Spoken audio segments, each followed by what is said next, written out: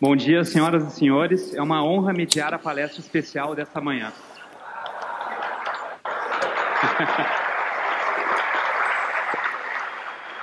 Tá no ar?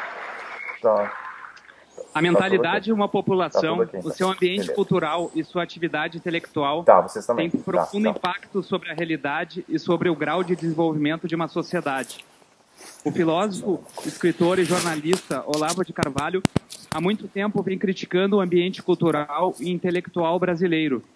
Em sua famosa obra O Imbecil Coletivo, Atualidades Inculturais Brasileiras, publicada em 1996, o professor Olavo descreveu o processo de decadência intelectual brasileira, culminando na destruição da alta cultura no país e, consequentemente, na perda daquelas referências que servem de base para as nossas reflexões sobre os problemas e incertezas impostas pela vida. Diante dessa constatação, como poderemos nos tornar uma sociedade mais desenvolvida, próspera e livre? Como não ceder à tentação socializante, ao estatismo, à ampla ingerência do Estado em nossas vidas e à ilusão de que um planejamento centralizado, executado por um grupo de políticos e burocratas, resolverá, como passe de mágica, todos os nossos problemas?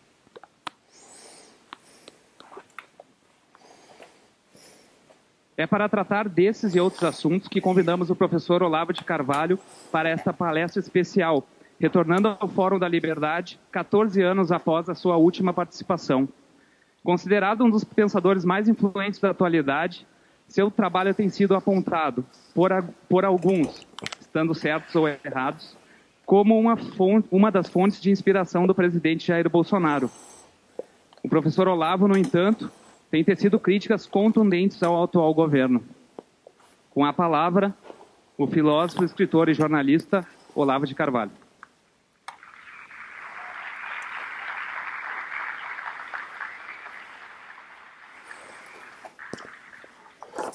Alô, pessoal, vocês estão me ouvindo direito? Obrigado. Então tá ótimo. É uma grande satisfação estar aqui de volta ao Fórum da Liberdade. O Fórum da Liberdade foi, durante muitos anos, o único centro de debates onde havia liberdade no Brasil. Na época em que os conservadores e liberais estavam 100% excluídos de todo o meio universitário, da mídia, etc., do debate público em geral, o Fórum da Liberdade concedia até a esquerdistas o direito de discutir com a gente. Eu me lembro de várias vezes, teve aí o Ciro Gomes, teve o Leonel Brizola, né? Era um negócio de uma gentileza que contrastava de maneira brutal com a estupidez e crueldade dos nossos adversários. Vamos chamar adversários assim, por uma questão de gentileza, né?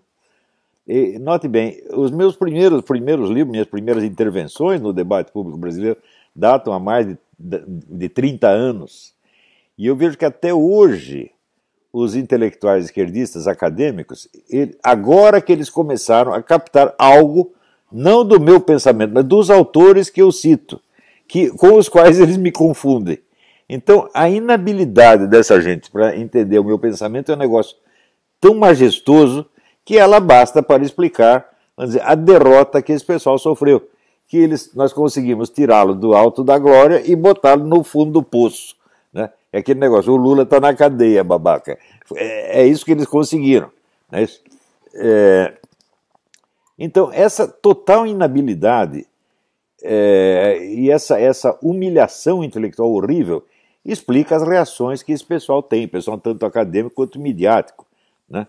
Que daí o que eles podem fazer é me xingar, inventar história, criar fofoquinha, buscar fofoquinha de 40 anos atrás. Agora, se a grande objeção do Olavo de Carvalho, olha, o Olavo de Carvalho, ele na década de 70, ele comeu 3 mulheres, talvez até mais. Né?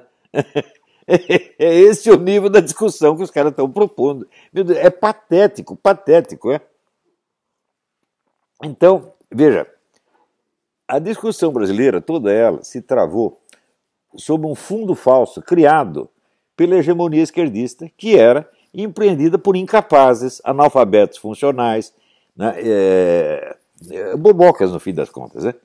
Só que às vezes esses bobocas nos enganam até nós. Nós mesmos caímos na conversa deles e captamos a nossa história dentro de um quadro que eles criaram. E este quadro, vamos dizer, é comum, de certo modo, a pessoas que se dizem de esquerda como a pessoas que se dizem de direita. Quando saiu este documentário excelente do Brasil Paralelo, 1964, houve uma mobilização geral das universidades. Não, esses caras estão fazendo propaganda da ditadura. Quem quer que assista o filme vê que ele não faz propaganda nenhuma da ditadura, que ele tem uma visão crítica muito equilibrada da coisa e levanta alguns pontos que têm de entrar em discussão. Um deles é esse. Você vê, durante 30 ou 40 anos, ou mais, a discussão foi assim. De um lado nós temos a esquerda progressista, nacionalista, que quer nos liberar do imperialismo, e do outro lado nós temos, vamos dizer, os opressores fascistas que nos impuseram a ditadura e mataram um monte de pessoas. Né? E até hoje nós acreditamos nisso. Seja a favor ou seja contra, as pessoas acreditam nisso. Acredito, em primeiro lugar, assim, que de um lado acredito que os militares eram os assassinos, criminosos, fascistas, etc., etc., coisa que não eram. De outro lado, o pessoal da direita acredita que as forças armadas nos liberaram do comunismo. Tudo isso, então, mostra que a discussão está centrada em torno de adesões puramente sentimentais, puramente emocionais, sem nenhum fundamento histórico. Os militares jamais foram os monstros que a esquerda os pintou e também jamais foram os libertadores do Brasil como eles próprios se pintam. O que aconteceu em 1964? O que aconteceu que líderes civis como Carlos Lacerda, Adhemar de Barros, Aurmor Andrade e outros criaram um movimento popular que colocou nas ruas o maior protesto de massas que tinha havido até então, que foi a famosa Marcha da Família. Tem 1 milhão de pessoas na rua. O presidente João Goulart, apavorado, se juntou com o seu cunhado, Leonel Brizola, no Rio de Janeiro, para organizar uma resistência armada, mas desistiu. Ele contou os revólveres, viu que não ia dar para aguentar o tranco e foi embora para o Uruguai. E aí o presidente do Senado, Aurmor Andrade, decretou vaga à presidência da República e automaticamente o Senado nomeou o presidente e o vice, Raniero Mazzilli. Estava aí acabado o regime de João Goulart. Acabou naquele instante. Qual a resistência que os comunistas ofereceram?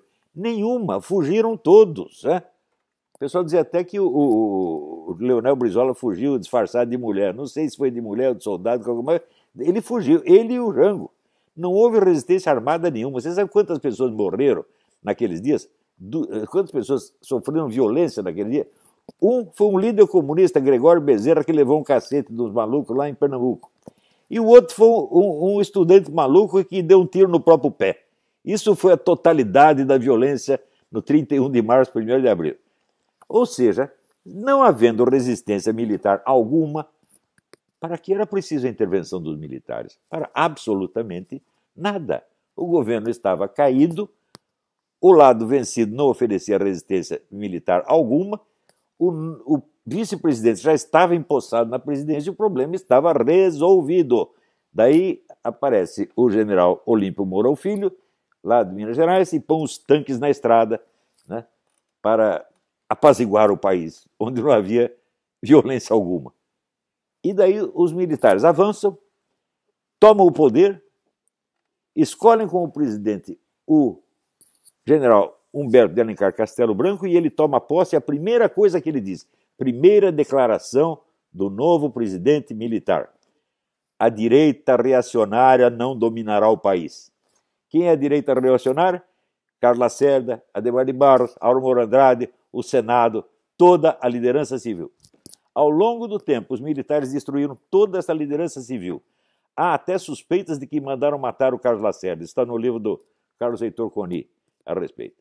Destruíram completamente a liderança direitista, acabaram com a atividade política, reduziram o Congresso a carimbador de decretos e governaram ao longo de 20 anos. Ao longo desses 20 anos, é verdade, eles combateram a guerrilha, mas eles ajudaram de tal modo o restante da esquerda, a esquerda pacífica, que, vocês vejam, o diretor da maior editora comunista do Brasil, Enio Silveira, uma semana antes de morrer, e as palavras dos moribundos têm peso, ele me disse o seguinte: a minha editora só sobreviveu durante esses 20 anos graças à ajuda que recebeu do governo militar. Quando a situação engrossava, eu ia lá para o Golbery, pedia dinheiro, ele dava. Ao mesmo tempo, havia a teoria da panela de pressão, que, por não querer cercar os comunistas por todo lado, deixou aberta para eles uma válvula. Qual era essa válvula? As universidades e a mídia. Entregaram as universidades e a mídia para os comunistas, e eles fizeram uma festa. Você vê, naquele tempo, quem andava junto com o general Golbery dando conselho a eles? Um comunista histórico, o Hélio Gaspari. Então, ora, o general Golbery, comparado com o Hélio Gaspari, era apenas um menino. Eu não tenho a menor dúvida de que a influência do Gaspari foi decisiva em cima dele. Resultado, quando terminou o regime militar, todas as forças políticas de direita, liberais e conservadoras, estavam destruídas, enfraquecidas, e só o que sobrava, a única força política que sobrava, que tinha força ainda para se impor, era o quê? A esquerda. E a esquerda tomou o poder, já com o Fernando Henrique, e assim por diante. A eleição do Collor, que foi feita inteiramente pela Rede Globo, se mostrou, vamos dizer, um artifício político monstruosamente fraco, porque o Collor foi derrubado a cuspidas por causa do caso do Fiat Elba. Quer dizer, com nada você derruba um presidente. Com nada a esquerda mobilizou a nação inteira. E a nação inteira foi atrás da esquerda, gente. Então, essa era a esquerda que o regime militar tinha criado. Então não venham esses militares, esses generais de cabelo pintado, se gabar para mim de que eles libertaram o país do comunismo. Ao contrário, vocês, militares, entregaram o país à esquerda, e a esquerda então dominou o país por 35 anos, humilhando vocês diariamente. E eu, durante a década de 90, eu ainda fiz várias conferências em entidades militares, o Clube Militar do Rio de Janeiro, o Círculo Militar de Belo Horizonte, a Escola de Comando do Estado-Maior, a Escola de Guerra Naval, etc., etc., mostrando para eles a falsidade da campanha que a mídia estava movendo contra eles. Eu levava para eles as provas de que eles estavam inocentes. E eu dizia, processem esses camaradas, não deixem isso continuar. Mostrem para eles que caluniar as Forças Armadas tem algum preço. Eles nunca fizeram nada. No máximo, faziam uma notinha fiscal, notinha oficial, que era lida pelo comandante e pela mãe dele, e mais ninguém. Então, eles entregaram o país à esquerda desarmada, que nos dominou, nos roubou, nos achincalhou, tá certo? E destruiu o país por 35 anos. Isto é culpa das Forças Armadas. Não acreditem nessa história de que eles são nossos libertadores. Nunca foram. Por que é isso? É muito simples. Qual é a tradição intelectual das nossas Forças Armadas? Elas foram formadas desde o século XIX na mentalidade positivista. Positivista é a filosofia de Augusto Comte, que teve no Brasil mais influência do que em qualquer outro país do mundo.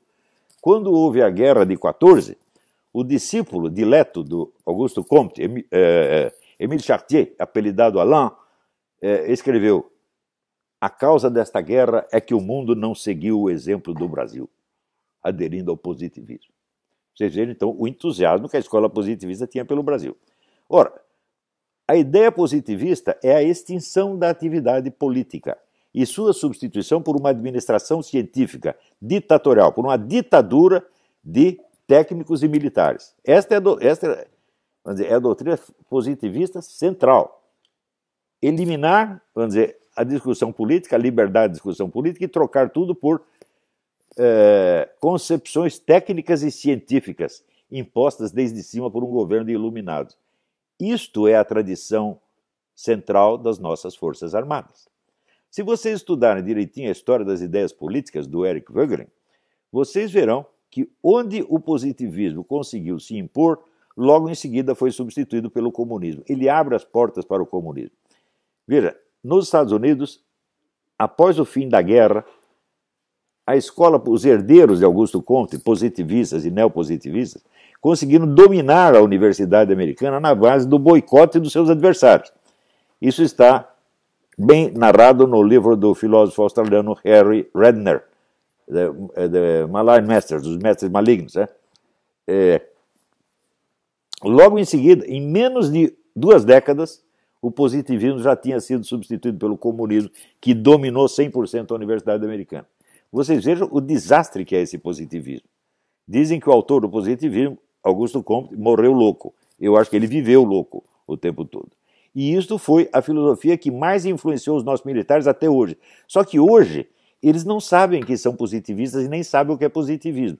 Eles repetem as ideias positivistas e as atitudes positivistas sem sequer saber o nome da escola filosófica que moldou sua cabeça.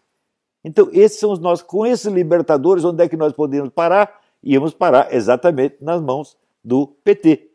Entregaram o Brasil ao PT sem nem perceber o que estão fazendo, e hoje ainda não percebem. Então nós temos que parar de dar ouvidos a esses que se gabam de ter libertado o Brasil. Não libertaram nada. Os que libertaram foram destruídos e mortos. Carlos Lacerda e outros. Nós nada devemos aos militares nesse aspecto.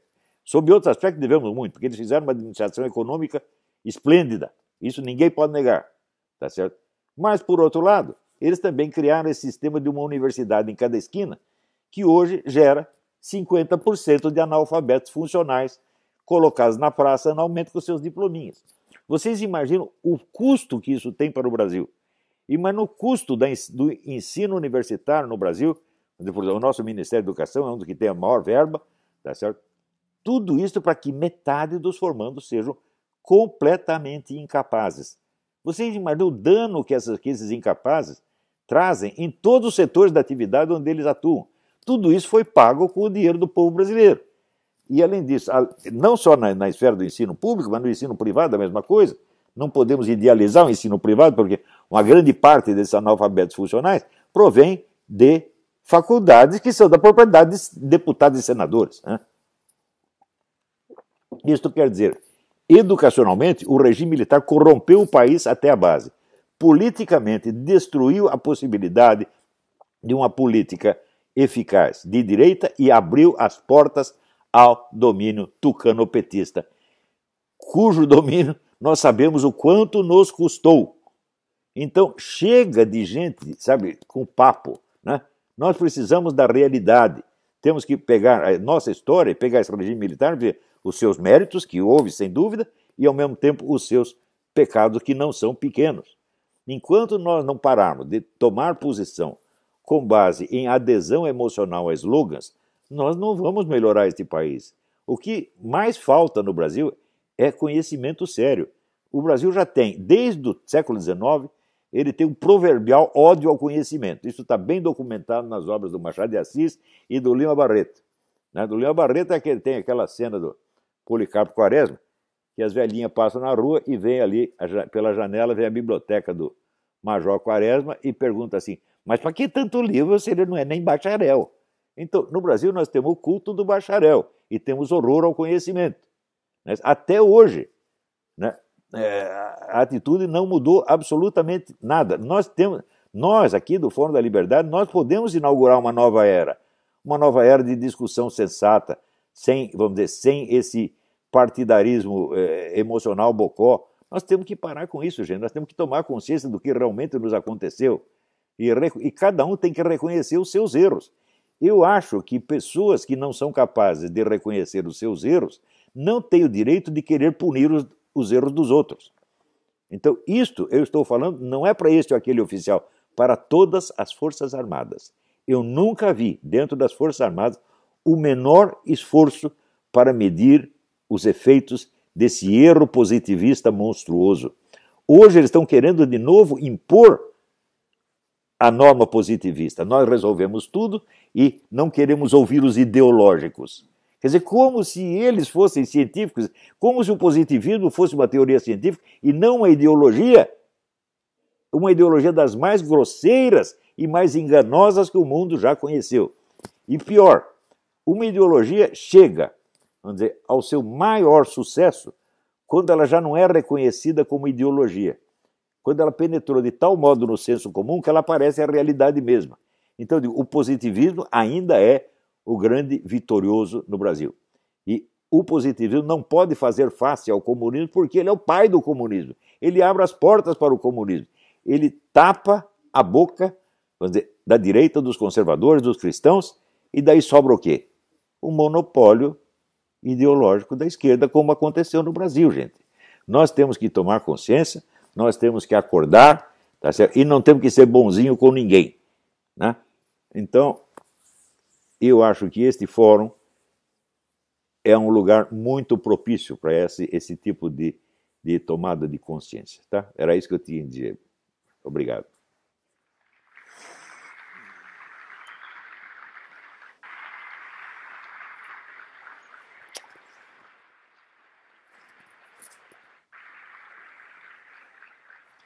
Agradecemos a participação inicial do professor Olavo de Carvalho e agora passamos à sessão de perguntas.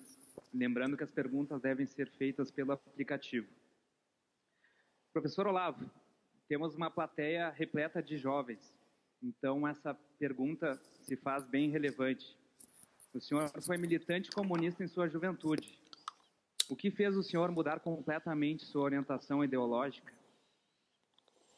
Olha, em primeiro lugar, não foi nenhuma tomada de consciência ideológica, mas foi a reação moral a algumas condutas que eu vi naquela época. Conheci bem os comunistas naquela época e vi, se esses camaradas tomassem o poder, ia ser muito pior do que com os milicos, como de fato foi. Os comunistas são os maiores assassinos da história. E por isso mesmo eles têm horror de contar cadáveres, né? Eles acham que se você diz, olha, os comunistas mataram 100 milhões de pessoas, eles chamam isso de contabilidade macabra. Então, o problema não é cometer homicídios, o problema é contá-los. Como é que a gente pode levar essa gente a sério? Para eu mudar minhas ideias políticas, o processo foi muito mais demorado, né? Não foi uma coisa do dia para a noite. Mas o choque moral diante da conduta dos comunistas foi uma coisa repentina. Obrigado. Professor, como o senhor enxerga o ambiente cultural e atividade intelectual no Brasil atualmente? Que mudanças o senhor percebe que ocorreram nos últimos tempos, desde quando o senhor escreveu o Imbecil Coletivo? Na sua visão, qual é o futuro que se vislumbra para o Brasil? E ainda, que papel o senhor atribui ao governo Bolsonaro na construção desse futuro? Bom, em primeiro lugar, naquela época eu defini o Imbecil Coletivo como uma coletividade de pessoas de inteligência normal ou superior que se reuniam para imbecilizar-se umas às outras, né? Só que hoje esse processo já se completou, eles já estão imbecilizados. Então, nós tínhamos um imbecil coletivo, agora temos uma coletividade de imbecis, que é a totalidade da mídia, a quase totalidade dos professores universitários. É gente de uma inépcia, de uma ignorância assim, indescritível. E eles estão compensando essa ignorância com acessos de fúria. Você liga a televisão, está lá o Marco Antônio Viu gritando, ele é um criminoso, ele está chamando a polícia para dar o jeito do Olavo de Carvalho. Meu Deus do céu, que coisa mais pobre, deplorável. São todos assim. Agora, também apareceram os generais dando palpite e fazendo besteira. Quer dizer, é o outro lado da estupidez, está entendendo? Então, não é a direita contra a esquerda. No Brasil, a direita está se formando agora. Direitistas são, em primeiro lugar, anticomunistas. Você precisa saber que no tempo dos militares, veja, o governo militar fez algum filminho de propaganda anticomunista? Um que fosse? Nenhum. Publicou algum livro de propaganda anticomunista? Nenhum. Ora, você vendo a história das revoluções francesa e russa, o que você observa? Nas últimas décadas que antecederam a Revolução, o poder monárquico não tinha nenhuma propaganda contra a Revolução. Não tinha um órgão de mídia. Ficou quieto. Então, isso quer dizer que cedeu ao adversário, cedeu ao inimigo o espaço ideológico inteiro. Ora, no Brasil, o governo militar fez exatamente isso. Os anos 70 e 80 foram a época, isso foi estudado pelo embaixador Meira Pena, ele estudou isso na Câmara Brasileira do Livro, foram a época de maior sucesso da indústria do livro comunista no Brasil, o regime militar. Agora, e quanto havia de literatura anticomunista nas livrarias? Nada, absolutamente nada. Ou seja, a direita teve os seus canais de expressão suprimidos, enquanto a esquerda tinha o espaço todo aberto. Isto foram os governos militares que fizeram. Ah, eles eram comunistas? Claro que não. Eram apenas imbecis, e imbecis positivistas, que se consideram superiores a todo mundo. Até hoje tem essa posição. O general pinta o cabelo, imposta a voz e ele já passa a ser um grande intelectual. É uma coisa horrível. Quer dizer, isso faz parte da pseudocultura brasileira, da destruição cultural brasileira. Nós temos que acabar com esta encenação. Nós temos que exigir que as pessoas tenham ideias sérias, que estudem antes de falar e que reconheçam os seus erros. Você vê, toda a minha vida, o que é? É uma tentativa de corrigir um erro que eu cometi na juventude. Eu ajudei os caras a fazer essa destruição, ajudei pouquinho, só por 1 ou 2 anos. E até hoje estou tentando consertar. Né? E esses camaradas, esses generais que abriram as portas do Brasil ao comunopetismo, tucanopetismo, e nunca se arrependeram, nunca disseram, nós erramos. O que é isto? A situação que nós recebemos, nós herdamos deles. E agora vamos esperar que os generais nos salvem de novo? Eles não vão nos salvar. Eles não nos salvaram naquela época e não vão nos salvar hoje. Somos nós que temos que fazer isso. É a sociedade civil que tem que fazer isso. E nós temos que entender o seguinte: contra o comunismo não adianta haver positivismo. Contra o comunismo, só anticomunismo, meu Deus do céu. Você veja, a literatura anticomunista, que desapareceu das livrarias durante o período militar, eu que a coloquei de volta. Não foi só isso que eu coloquei de volta. Eu coloquei, reinseri no Brasil, reinseri no mercado brasileiro mais de 1.000 autores. Entre os quais, uns 200 ou 300 autores anticomunistas fundamentais, que eram totalmente desconhecidos. Você falava de Roger Scruton, ninguém sabia o que era. Você falava do Russell Kirk, também ninguém sabia. Ninguém sabia, nem Eric Wegener eles sabiam.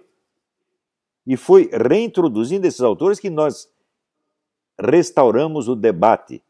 Então, restaurar o debate é fundamental. Quando houver debate, a esquerda vai perder. Obrigado, professor. Aproveitando o seu conhecimento e a oportunidade única aqui, aproveito para fazer uma pergunta que está bastante em voga no Brasil. O nazismo era um regime de esquerda ou de direita? Ou essa pergunta não faz sentido? E o fascismo?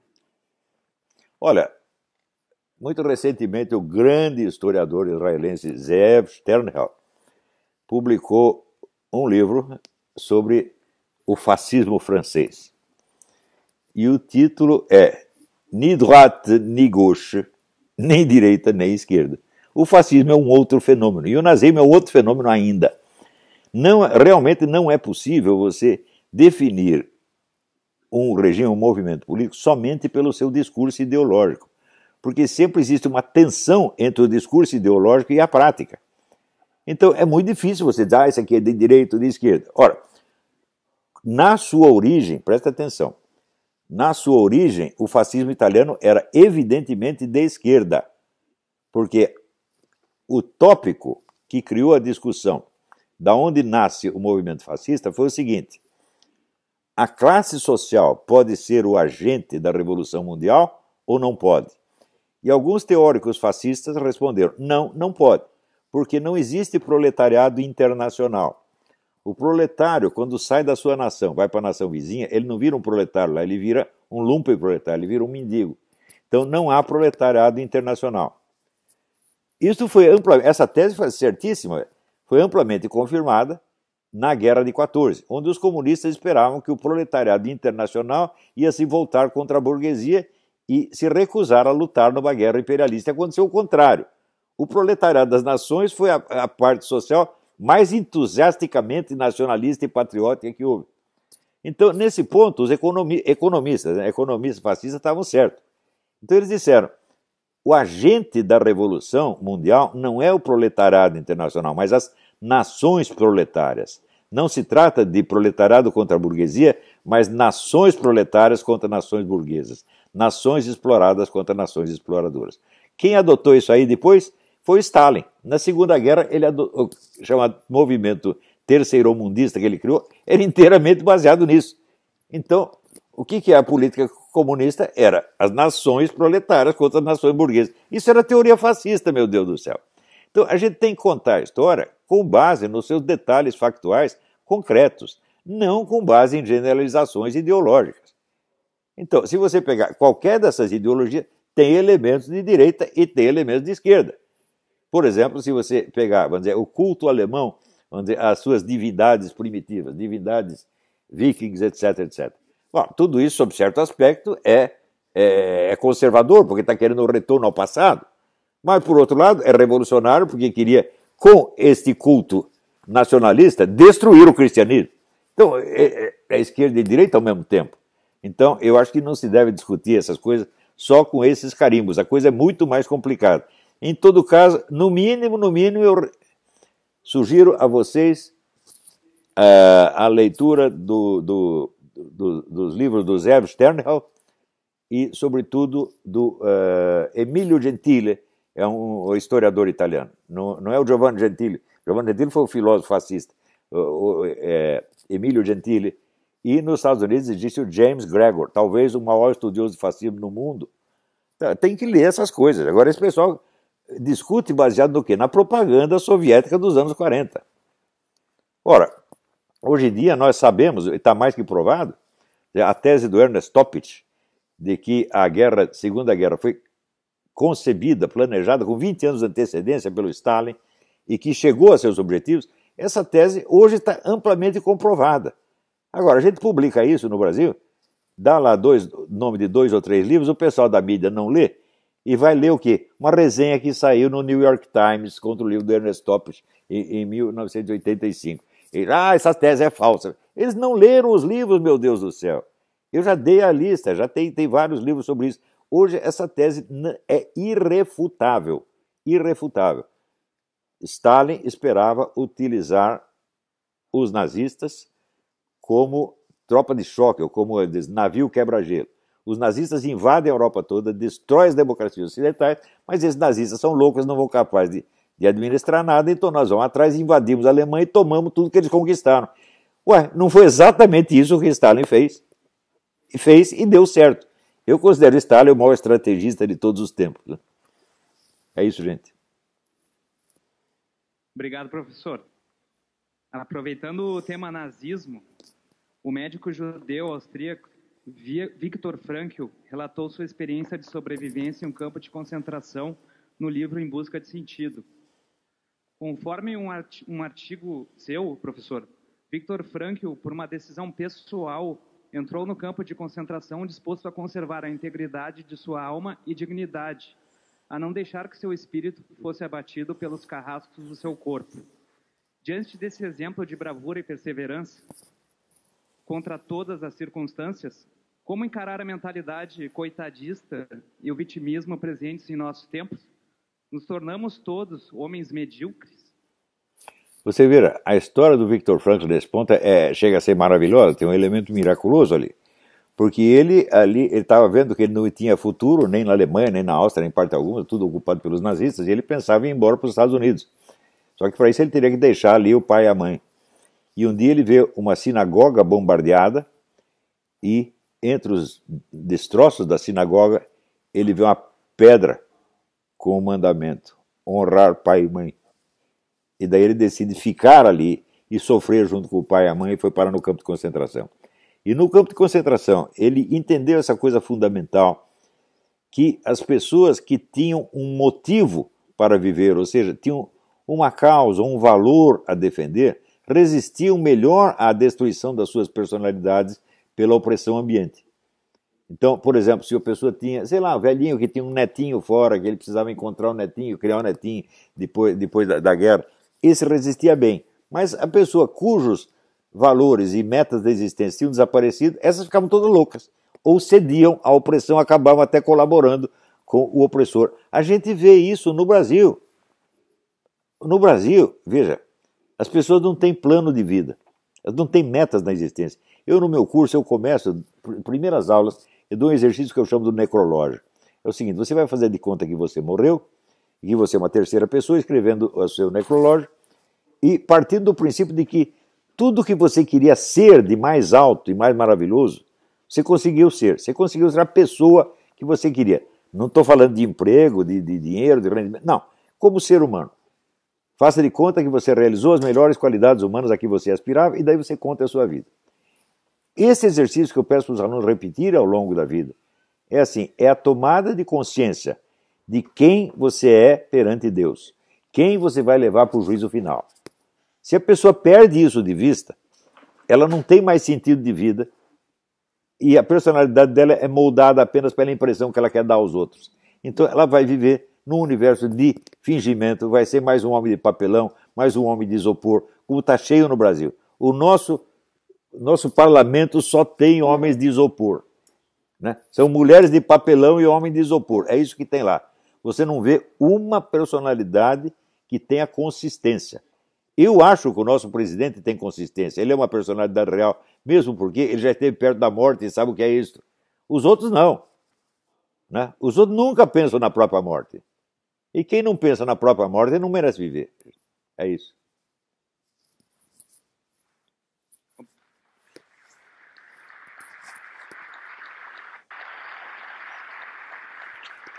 Obrigado, professor. Apesar de seu aparente enfraquecimento, os movimentos de esquerda continuam representando uma ameaça à liberdade no Brasil e na América Latina? Além disso, como o senhor enxerga a ascensão de uma esquerda mais radical nos Estados Unidos, liderada por políticos como Ocasio-Cortez e Bernie Sanders? Eles representam uma ameaça real aos valores tradicionais americanos?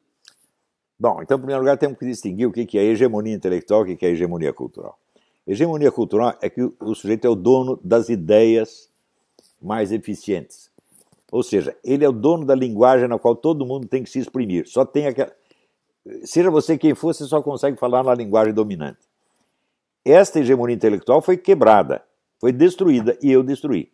Hoje nós temos nossa própria linguagem. Hoje nós não somos dependentes da linguagem que a esquerda nos impôs. Isso aí, essa parte eu fiz.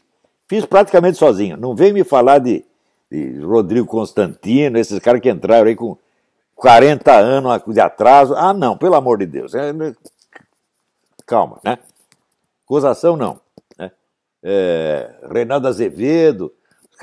O Reinaldo Azevedo ficou sabendo do Foro de São Paulo 7 anos depois do Foro de São Paulo, porque eu contei e ele levou 5 anos para acreditar. Todos esses, né? Outro dia veio um pastor, né?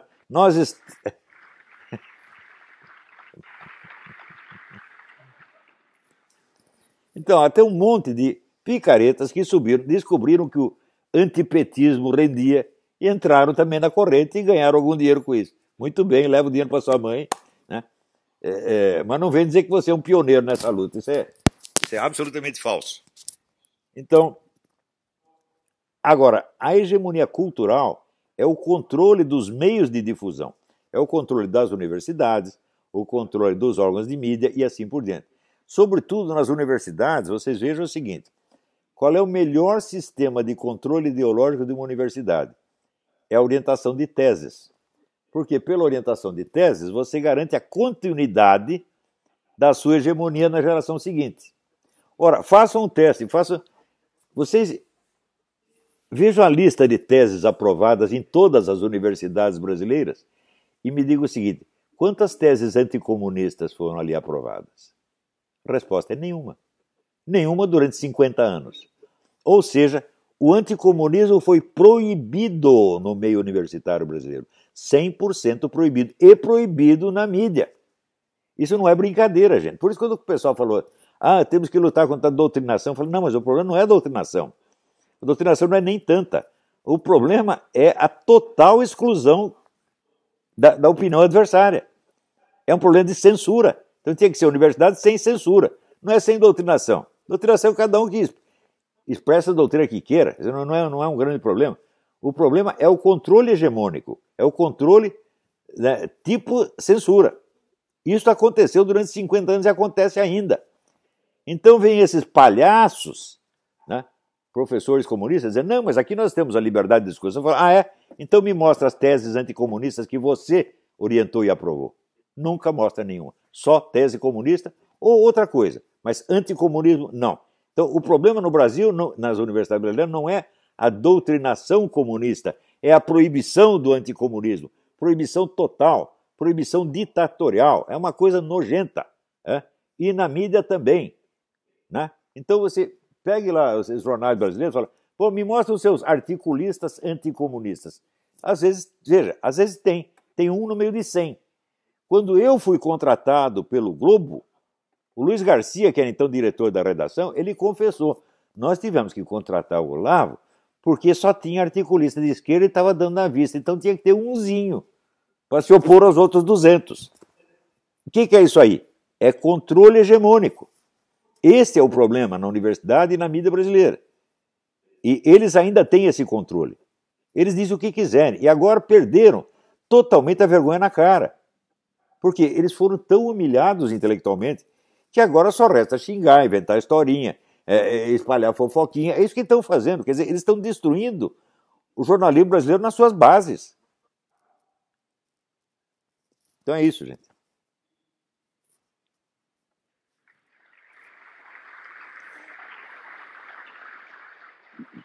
Obrigado, professor. Professor, evoluímos materialmente, mas involuímos moralmente como civilização? O senhor crê que estamos passando por um processo de degeneração da civilização ocidental, tal como apontado pelo historiador escocês Neil Ferguson? Bom, em parte sim. É muito difícil você traçar perfil de ascensão e decadência de maneira unívoca. Sempre quando uma coisa está decaindo, uma outra coisa está ascendendo, está melhorando. Porque as pessoas têm uma ideia muito errada da civilização ocidental quando elas imaginam assim: na Idade Média era todo mundo cristão, a igreja dominava tudo, e depois veio o materialismo, acabou com tudo. Você sabe quanto era a frequência às igrejas na Idade Média? 3 ou 4% da população. E as pessoas iam na igreja, eles ficavam comendo, bebendo, conversando. Ou seja, ao longo do tempo, na Idade Moderna, era tão malfadada a Idade Moderna, a afluência às igrejas melhorou muito, a conduta dos cristãos na igreja melhorou muito. Então, você tem uma decadência por um lado e tem uma ascensão por outro. Isso tudo é um processo dialético que a gente precisa medir assim, com muito cuidado. Eu vejo, por exemplo, se você pegasse discussões como essas que nós estamos tendo aqui e que tem no mundo inteiro, o que mostra isso? Mostra uma tomada de consciência, portanto, uma ascensão da inteligência humana. Ao mesmo tempo, nas universidades, na mídia, você vê a degradação total. Não é isso? Então, eu não acredito nessas teorias cíclicas. Outro dia teve um idiota que disse que eu subscrevo a teoria cíclica do René Guénon. Sempre achei essa teoria uma estupidez, porque não há ciclos unívocos. Onde você vê uma ascensão, você vê uma decadência ao mesmo tempo. Há um choque dialético dessas coisas. Né? Bom, espero que tenham entendido. Obrigado, professor.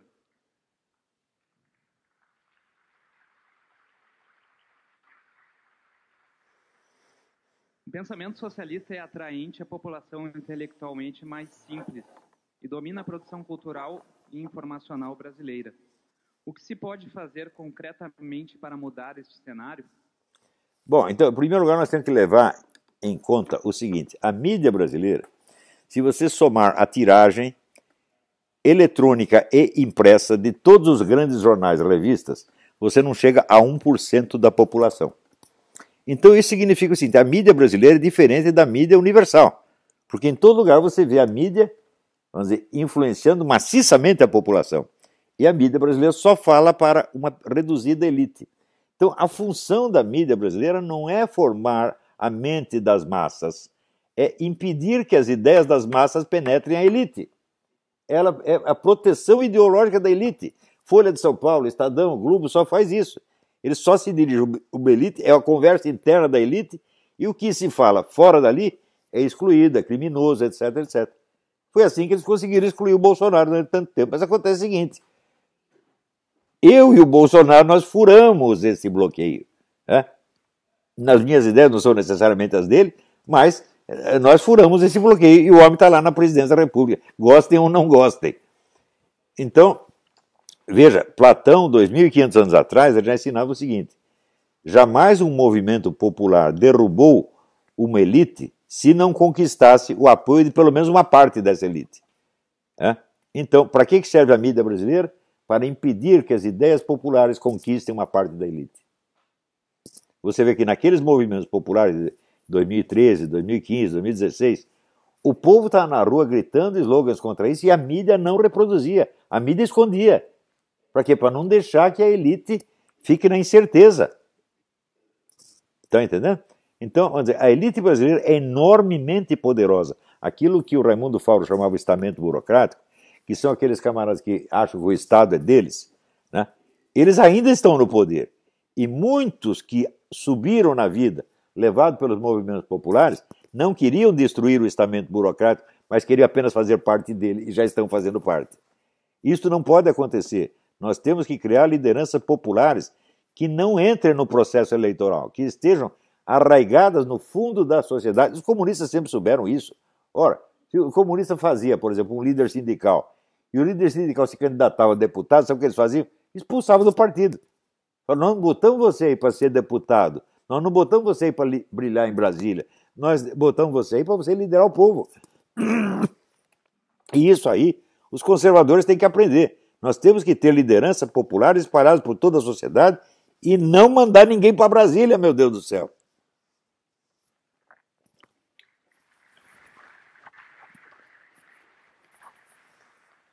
Obrigado, professor. A próxima pergunta, de novo, dada a presença de muitos jovens aqui. Como o senhor poderia explicar didaticamente o que é o socialismo e por que ele é antiliberal e antidemocrático? O socialismo é uma coisa muito simples. O socialismo é a fusão do poder político com o poder econômico. Você vê que num regime capitalista, se você é perseguido pelo governo, você pode procurar um amigo rico para te ajudar e você ir embora do país. E se você é oprimido por um rico, você pode pedir ajuda ao governo. Agora, no socialismo, os mesmos caras são os donos das duas coisas. Para quem você vai correr? Para quem você vai pedir ajuda? Então, o socialismo é, na sua base, o sistema mais opressivo que alguém já inventou. E pior ainda, o positivismo também é a mesma coisa. Porque no positivismo, quem governa a economia são os mesmos gênios técnicos que governam a política. Então, este é o problema, a concentração absurda de poder nas mãos de líderes que se acham iluminados. Nós temos que parar com isto. Então, por exemplo, muita gente condena, o capitalismo é um caos, etc. Mas escuta, mas só no caos existe alguma liberdade. Se você coloca toda a sociedade sob as ordens de um grupo iluminado, pouco interessando que eles se denominem comunistas ou positivistas, ou nem se deem nome nenhum, a liberdade acabou. Para onde você vai correr? E agora que o pessoal quer governo global, diz, legal, governo global. Onde é que eu vou buscar asilo político quando tiver governo global? Eu vou pedir asilo político em Marte, na Lua? Existem nações, as nações não são coisas perfeitas. A própria Bíblia diz, os deuses das nações são demônios, então eu não sou entusiasta pelas entidades nacionais. Mas elas são necessárias para garantir o direito de asilo político. O sujeito arruma um problema com o governo aqui, ele vai para outro lugar. As pessoas vivem fazendo isso. A nossa esquerda, o que fez? Quando se deu 64, eles foram para a França, para a Itália, para a Alemanha, sei lá. E se fosse o governo global, para onde você ia? Obrigado, professor.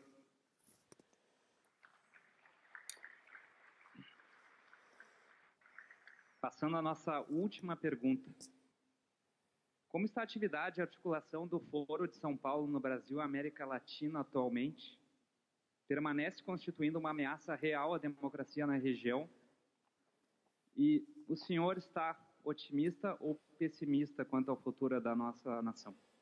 Olha, eu estou com o romancista Jorge Bernanos, que dizia: o otimista e o pessimista são apenas o gordo e o magro da filosofia.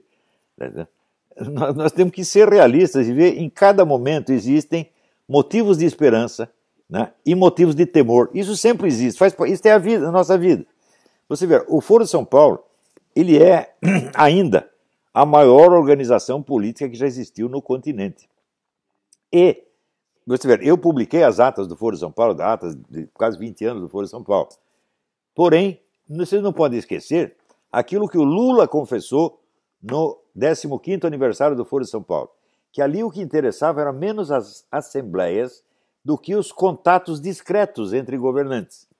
E ele diz, fomos nós que colocamos o companheiro Chaves no poder. Quer dizer, você tem uma entidade internacional que está decidindo os destinos de 12 nações, pelo menos. Isso não acabou, isso existe ainda, eles atualmente estão com um pouco de falta de dinheiro, mas alguém teve a ousadia de investigar de onde saiu o dinheiro do Foro de São Paulo por 20 anos? É proibido investigar isto. Não é isso? Então, a ideia, por exemplo, quando você fala, não, mas o PT está ligado ao narcotráfico, às Farc, todo mundo diz, é uma calúnia. Não, como calúnia? Se você via lá o Lula presidindo a Assembleia do Foro de São Paulo junto com o Manuel Marolanda, que era o chefe das Farc. Se Você, no 15º aniversário, o chefe das Farc manda ao Lula uma mensagem agradecendo por ele ter salvado o movimento comunista na América Latina.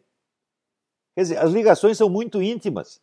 E a coisa do dinheiro, ninguém sequer investigou. É proibido investigar o dinheiro do Foro de São Paulo. O pessoal fala do BNDES, fala disso, daquilo. E o Foro de São Paulo? Nunca vão investigar? Agora a deputada aqui é Cristoneto, né? Que quer fazer a CPI do Foro de São Paulo. Tem que fazer mesmo, antes que seja tarde. Então é isso, gente. Essa foi a última pergunta. Eu agradeço muito a todos vocês. Estou muito contente de estar de volta aqui ao Fórum da Liberdade, cuja história, né, é uma história muito honrosa, né, e que fez tanto bem ao Brasil. Tá bom? Obrigado a todos.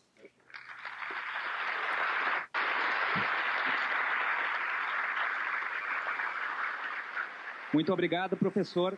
Declaramos encerrado esse painel especial com Olavo de Carvalho, no Fórum da Liberdade.